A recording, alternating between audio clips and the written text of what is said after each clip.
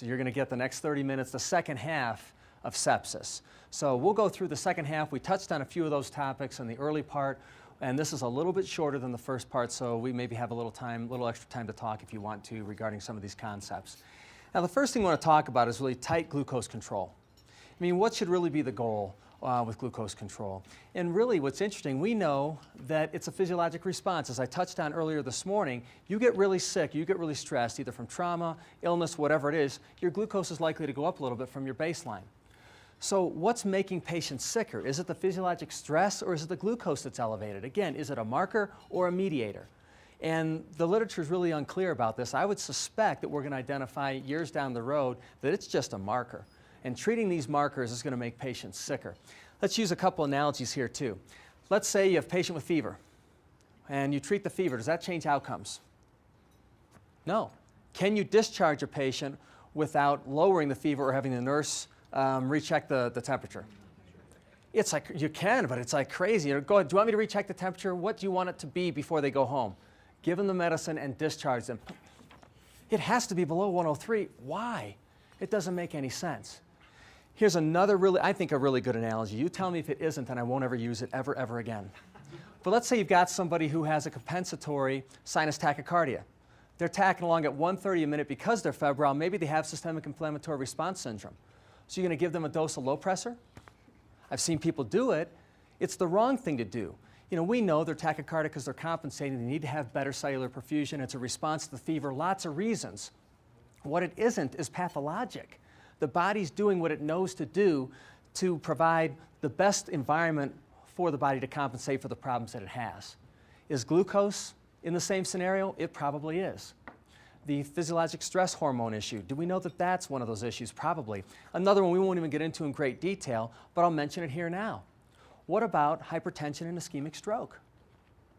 We know, in all of our wisdom, we decide that to deliver thrombolytics, if your blood pressure is above 180 over 115, we're going to drop the blood pressure so that we can facilitate giving thrombolytics and decrease the risk of intracranial hemorrhage. However, long before any of us were ever on this earth, the body decided if you have a stroke, we need to perfuse that area of the brain, so it's going to elevate the blood pressure.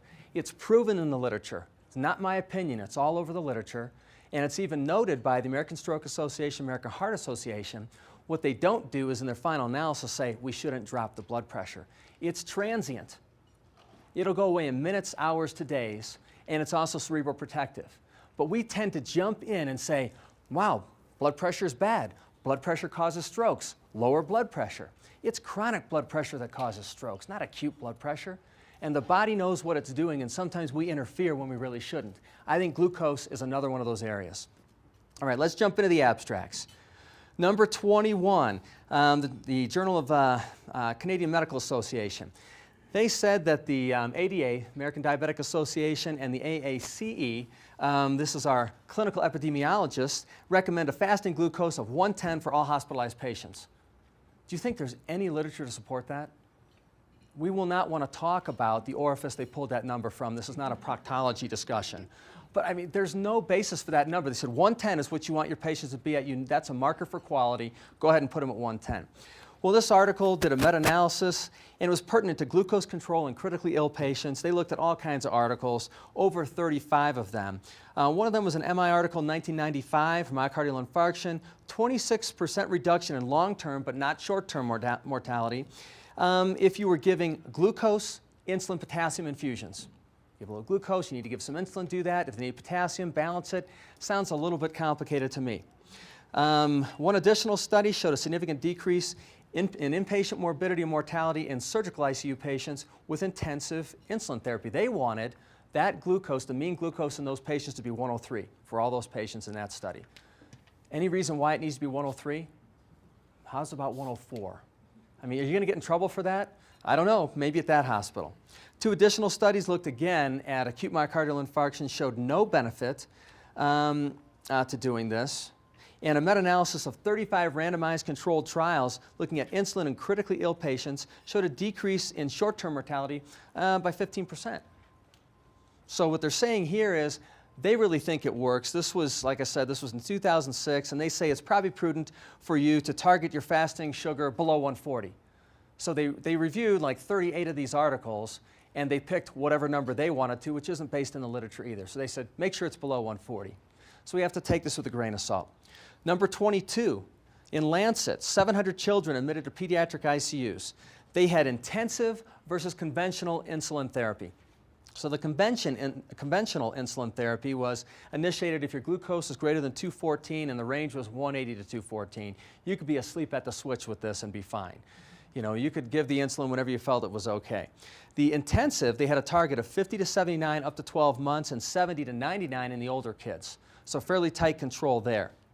The intensive group had less vasoactive drug use beyond 2 days, less often ICU stays greater than 3 days, so they're showing some benefit here, and reduced secondary infection rate, 29 versus 36%. So they said, we think intensive therapy may help. What they also found, and one of the many articles that has found this, is hypoglycemia was substantially higher with the intensive group, 24.9% versus 1.4%.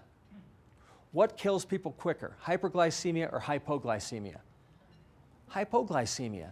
Bad things can happen, and if there's no real benefit that we know from controlling this glucose in tight control in critical illness, why are we running the risk of hypoglycemic events? I don't know why we're doing it. All right, number 23, 1,085 ICU patients in March of '06 in intensive care medicine. This is a retrospective cohort study. They looked at the association between glucose levels and mortality. And the insulin would be given if the glucose was above 215. They're looking for a range of 180 to 215. They said hospital and ICU mortality is about the same, 20–25%. And there was a trend for higher glucose in those with fatal outcomes. Are you surprised? Glucose gets higher. We know it's a physiologic response. If you have more physiologic stress, you're likely to have a higher glucose. What do you think the adrenal suppression was in those fatal outcomes? Probably more too, wasn't it? Sicker patients have more problems. But what they did find was when they adjusted for all the confounders, that glucose really was not an independent predictor of outcome. The only predictor of outcome was Apache 2 scores. That was it. So that helps us here a little bit to say, well, maybe it really isn't the glucose. Maybe that was somewhat coincidental. All right, abstract 24. New England Journal, 2008.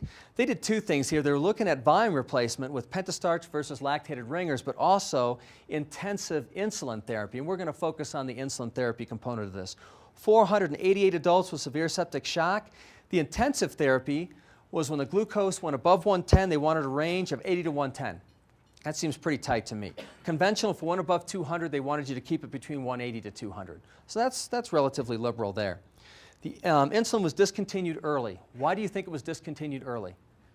It's interesting, if you look at the way they worded it in the abstract, is because in some patients there was not an obvious perceived benefit, so they discontinued it. Yeah, people were freaking dropping like flies. Yeah, the lack of perceived benefit were bad outcomes from hypoglycemia. That is really in between the lines of that abstract why they stopped it. They had to stop it. They were injuring people with hypoglycemic events. The hypoglycemic or the severe hypoglycemic events were 17% versus 4.1%. So we really didn't notice a difference either. When they did conduct the study, before they stopped it, there was no mortality difference, no change in rates of renal failure, vasopressor use, or vent-free days in the ICU. So all those parameters they looked at, it didn't seem like it made a difference, but it hurt some people. All right, 25. Critical care, February of 2008. Almost 10,500 ICU patients. So these were randomized to 3 different groups. The first one was no protocol. Just kind of keep the glucose somewhere in the range of 120 to 180, wherever you want. The next group was a little tighter, 80 to 130, and the intensive therapy group was 80 to 110, like that other study. Keep it tight. And they also gave them dosing schedules, targeted glucose, and specific education to the staff. They were all over the glucose and wanted to make sure they controlled it. So what happened here? No difference in the mortality in ICU or overall hospital mortality of these patients. Didn't seem to make a difference, but what did happen was 3 to 4 times more likelihood of severe or to moderate hypoglycemic events for the intensive group. Is that worth it? And I wonder what the healthcare dollars would be even if we don't end up hurting somebody managing all those hypoglycemic events. How much D50 are we going to be given? A whole lot. All right, number 26, the last abstract for this question. JAMA 2008, meta-analysis of 29 randomized controlled trials. Again, looking at conventional versus intensive insulin, 8,432 patients, mortality rate 23.3 versus 21.6. There was no difference here, and that's a lot of patients. And even on the secondary outcome they were looking at, the need for new dialysis, there was no change there either. But the hypoglycemic events, 13.7 versus 2.5%. We're seeing a trend here. We're creating a problem that didn't exist before to treat something that probably isn't a problem and actually may be beneficial to the body because maybe the body's looking to mobilize more glucose stores so that we can fight off this infection. That's just hypothetical, but it's doing it for a reason. And maybe that reason is a good one. You know, if you look at the relative risk of developing a hypoglycemic event from this article, you are 5 times more likely, 5 times. So if you go in the intensive insulin group, you know, it's pretty likely something bad is going to happen to you during your hospitalization. And I hope it's not at 3 o'clock in the morning and someone's there to watch you so to make sure they detect it. All right, you guys want to talk about Tigres, activated protein C? And we talked about one person in here had given a dose. But it's kind of interesting, and we touched on it earlier, but it is an interesting discussion. Just remember, too, that the whole Tigres thing and the whole Surviving Sepsis campaign, there were multiple medical societies that say, hey, this is a good thing. We will jump on board. We don't want to be left behind. We want everyone to know in our specialty society that we're on the cutting edge. We're pushing the envelope of good patient care. But one was a holdout. The Infectious Diseases Society of America, if you were trying to sell Tigres, wouldn't you kind of want them on board, leading the bandwagon? Still to date, they're like, we're not doing it. We don't believe in it. They've never endorsed it, never believed in it. There's good reason for that. We talked about costs before, too. If you look at this, $1,229 for 20 milligrams. Would that be on the pricey end or the relatively affordable end of medications? Pretty pricey, absolutely. And if you look at dosing, 24 mics per kilo per hour for a total of 96 hours, if you weigh 100 kilograms, that's a $14,000 medication for something that we're not really sure provides benefit to many patients at all. Maybe the sickest of the sick and maybe not, but not generalized sepsis patients. And what kind of risk are we providing for significant bleeding? Is the risk substantial? I'm here to tell you the risk is substantial. All right, let's look at abstract 27. This was the first article that came out, 2001 New England Journal, and this was done by the Prowess Study Group. The first article, and what's worrisome about this, it was the first article and the only article at the time of FDA approval. The FDA looked at this, they had their lunch with Eli Lilly, and their whatever they did with Eli Lilly, and they said, yes, this is approved. I don't know how they could approve this based on this study and one study. But this was sponsored by Eli Lilly, and I think we have to assume that this study may have been influenced a little bit, just a little bit. They looked at severe sepsis, and we know that as we talked about earlier, with severe sepsis, there's going to be kind of a generalized inflammatory response, kind of a thrombotic response, and then you've got to make sure that we address that somehow if you believe it's causing a problem. And what does this drug do? It's an anti-inflammatory, antithrombotic, and also a pro-fibrinolytic. So if you think you're developing clots and other problems, and you think the anti-inflammatory effect is a negative thing that needs to be addressed, hypothetically, this seems like this might be a good idea, but it's not playing out in the literature. This was a double-blind, placebo-controlled, multi-center trial, 164 centers, 1,690 patients with severe sepsis, and less than 24 hours with the symptoms. They got their 96-hour infusion. Everybody got their $14,000. 28-day mortality, 24.7 versus 30.8. I mean, you can barely see a perceptible difference in those numbers when you take a look at the stats, but nonetheless, a little difference there. The bleeding rate, 3.5% versus 2%. That's a lot of extra bleeding, and the FDA said, this is a wonder drug. God, this is a miracle. Everyone should have this. $14,000, you need to have it. So how many strep patients are going to be getting this? We talked about that earlier. Yeah, but you don't want to be giving this to everybody and hopefully to nobody. But it was approved at that point. So what happened in 2005? Another article came out in New England Journal, and they kind of looked at what subset of patients might do better with this. And they said, you know, there's a questionable benefit, in less ill patients. Based on that article, they were kind of applying it to everyone, although they looked at just the sickest of the sick. We need to start to dissect this and see if this really should be applied to all patients or not. So they looked at 2,613 patients, 2,613 severe sepsis, but these patients were at low risk of death. Their Apache score was less than 25, or they only had one single solitary organ involved with dysfunction. That was it. Anybody else was excluded. So they made sure they were less sick patients. And what happened? They discontinued the study due to early bad outcomes. So the overwhelming majority of patients who might have a chance of improving, as opposed to those who would likely die anyway. These patients get worse with this drug, and they've spent their $14,000. Increased mortality, 29.5 versus 24.7. Serious bleeding, twice as likely to have serious bleeding, 2.4% versus 1.2%. Maybe the percentage numbers look small, but it's twice as often you're going to get a significant bleeding complication from this drug. So this article somewhat refuted the prowess group study group from the previous article from 2001. And the next one does the same thing, abstract 29. It refutes prowess. This was in Lancet 2007. They looked at kids, 477 of them, from birth to age 17, and they had sepsis-induced multi-organ failure. And this is multi-organ failure. So we're getting back into that group of the sickest of the sick again, and closer to that first study group. 96-hour infusion, $14,000 per kid. God, you could put that in a college fund for them. If they don't survive sepsis, put it in somebody else's college fund. I'm not sure what you do with this, but that's a waste of money. But they found no benefit even in sicker patients than the previous abstract. All right, number 30 in Lancet 2009. This one is just a good summary criticizing the whole FDA approval process. They were really aggravated by this. And they said, you know, the approval process by the accrediting organizations and agencies mandates that you can't approve any drug based on one study, but that is exactly what they did. That's exactly what they did in this situation. I don't know the financial relationships, but it does make one wonder, doesn't it? One study, and all of a sudden this thing's approved. Well, they took a look at the reduction in absolute mortality. They said as much as 6.1%, but limited to the most severely ill, but it kind of extrapolated to everyone. What's really interesting, too, is there were 70 subgroup analyses done by prowess. 70. So what they're doing is they're taking a look at 70 subgroup analyses, and many of these, we assume, were not predefined or pre-classified. Okay, we're worried about the sickest of the sick. So let's do this subclass analysis. We'll design the study to look at the sickest of the sick, and therefore, that was the preconceived notion we're going to study. Well, what we believe has happened largely is they looked at these 70 subgroups, and whichever ones look better are the ones we're going to market. And so they found the sickest of the sick. Well, some of them were going to die anyway, and they were at a higher risk, and maybe there's some benefit here. The numbers look good. Those are the ones that we say we were really studying. And if you look at that, I mean, it really is a concern. If you start to look at so many relationships and let the data tell you where the relationships are, you can get spurious relationships, things that don't really exist.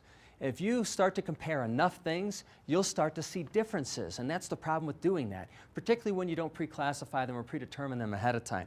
Now, Eli Lilly says, well, no, wait a minute. We did pre-classify that. We predetermined them. But we have a confidential protocol that you're not willing to look at. And as far as I'm aware of, still no one to date outside of that study group has been able to look at that to verify that it really was pre-classified or pre-specified ahead of time. And from this abstract, they didn't find any mortality benefit at 28 days, 3, 6, or 12 months. So very interesting. FDA approved, flawed process, flawed methodology with the original study, and some real questionable ethics here, I think. All right, abstract 31, the last one for Tigres. And this was out in New England Journal in 2006, and they questioned the practice guidelines and the whole surviving sepsis campaign. They kind of outlined it. We touched on it earlier, but I'll go through this again quickly for you. Tigres was approved in 2001, $14,000 for the whole regimen. And I mean, they were having a party at Eli Lilly, right? I mean, this is going to be great. Yachts, planes, you know, whatever you need. But you know what happened? Nobody bought into it. So what did they do? They hired a PR firm. They hired a PR firm. It may be the same one that Genentech uses. I don't know. But I mean, there's some good marketing with those two groups. And I tell you what, they developed this whole marketing plan, and they came up with this whole media program as well as related grants. You know what they came out and said? They actually came out and said, if you're not using this drug, that's forcing the doctors to decide who will live and who will die. That's what they said with this media campaign. Is that right? I don't think it's right to do that. That's what they did. And the second phase was they came up with an expert panel, I'm assuming very well compensated, but an expert panel to come up with guidelines promoting Tigres. And that's exactly what they did. This campaign didn't make one mention that you might have a bleeding problem from using this medication. Is that ethical? I don't think it is. That concern is real. The efficacy concern is one, but the complication one is very real too, and they never talked about it. It wasn't even in the fine print in their ads and literature. All right, the last question we have, the last piece of information we're going to discuss is really whether order sets and guidelines really work. And overall, I'll tell you, if you pick items that work and make patient care better. If you monitor if they're complied with, then your outcomes are going to be better. So with the sepsis bundle, we know, as we talked about earlier, if you pick 2 or 3 things out of that huge list that really work, but you force everybody to do the whole bundle, well, then compliance with that bundle will make your outcomes better. It would be better if we can identify the things that really help and just apply our efforts there. But these next series of abstracts and articles really tell us that when you apply this concept to the whole sepsis deal, it really does work. So abstract 32 looked at 120 patients in the ED for septic shock, standardized order set, 60 with a standardized order set, and 60 just kind of wing it, do whatever you want. And the first item they looked at was receiving appropriate antibiotics, 87% compliance versus 72%. Were they given within 3 hours? 87% versus 60%. Did they get a fluid bolus before pressors? 88 versus 58. Was the CVP greater than 8? 48 versus 5. Central venous oxygen measurements, were they done? 48% versus 2%. Lactate in the ED, was it measured? 78% versus 17%. Did they comply with it? When the order set was there, when the guideline was in place, they complied with it better. And were there better outcomes? There actually were. Less likely to require pressors, 22% for the guideline group and 50% for the non-guideline group. If they followed this, the patients were less likely, about half as likely to need pressors. 28-day mortality, 30 versus 48%. Significant difference there, and of great value to the patient. Length of stay, 8.9 versus 12.1. I'm not saying that every metric and every parameter of that sepsis bundle is a value-added step for the patient, but whatever parameters in there are helping the patient, if we force that function and make sure that it gets done, the patients get better with that. And 33 basically says the same kind of thing. It's from Loma, Linda, Critical Care Medicine, April 2007, and they looked at implementation of a sepsis bundle initiative in the ED. And they picked 5 elements, just picked 5 that we'll comply with. It was central venous pressure, central venous oxygen saturation monitoring within 2 hours, administration of broad-spectrum antibiotics within 4 hours, completion of early goal-directed therapy by 6 hours, and administration of steroids for patients on vasopressors with suspected adrenal insufficiency, and also monitoring lactate clearance. So I think probably the majority of you here are questioning whether low-dose steroids were of any value. It matters not. If you throw it next to things that work, it makes it look better. If they really performed well with all 5 elements of the bundle, 19% mortality rate reduction. Do you think it's due to the steroids based on the other abstracts we talked about earlier? Probably not. Is it due to the antibiotics, the fluids, and maybe some of the other parameters? Something in there worked, but forcing the function, making sure that it happened, made the difference. 34, Carolinas Medical Center. They studied their department before and after early goal-directed therapy protocols were put in place. Same findings as the last 2 abstracts. There was a trend toward improved mortality. Okay. Was it the Hawthorne effect where we just kind of, everyone was focusing on this process and focusing on sepsis management so they got better? Or were there specific aspects of the bundle that really made it better? We don't know yet. And that's what we're trying to sort out now. Which pieces of the bundle work best and which do not, and which are not value-added steps. And our final abstract, number 35, is in Critical Care Medicine, March of 2009, was an implicit review with a random sample with patients with severe sepsis and a documented positive blood culture. Their order set was very simple. They focused on hemodynamic resuscitation and antimicrobial administration, just those 2 things. 200 patients in the protocol arm, 200 outside of the arm. Inpatient mortality difference, 39.5% in the protocol arm, 55% in the non-protocol arm. Do you think that makes a difference? I think it does make a difference.